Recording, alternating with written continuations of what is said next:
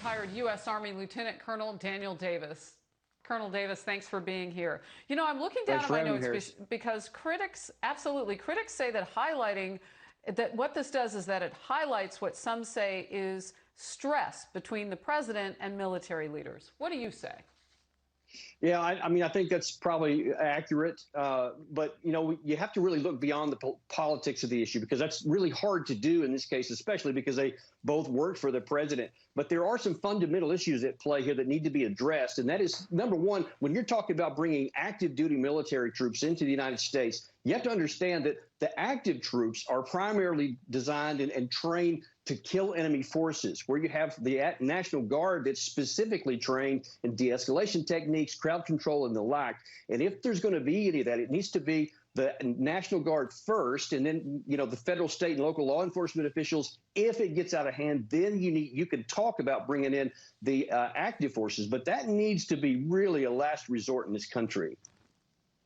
All right, and I want to just talk about the screen right now, Colonel Davis, because the President of the United States has just landed on Air Force One in Bangor, Maine, where he is anticipated to talk about the economy more today. I just had on the Labor Secretary, Eugene Scalia, and also where we go from here amid a sandwich of crises, if you will, the pandemic with coronavirus and then what has played out on America's streets in the last few days with George Floyd and reaction to that with protesting. And so I just draw everybody's attention to the President of the United States now on the ground in Bangor, Maine, and I have Colonel Davis with me here.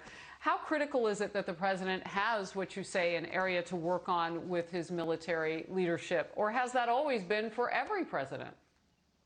Well, I mean, there's always some conflict because you just have differences of opinion. I mean, John F. Kennedy had some real differences of opinion with his, senior military leaders. But we do enshrine civilian leadership of the military. That's critical and unambiguous. But we do hire people for their expertise, and if they have differences of opinion, I think it's important to hear them. We just need to try to separate the politics from it.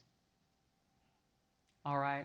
Colonel Davis, thank you so very much. A short time for us today, but the president is on the ground in Maine, and we are going to focus next on what the president does.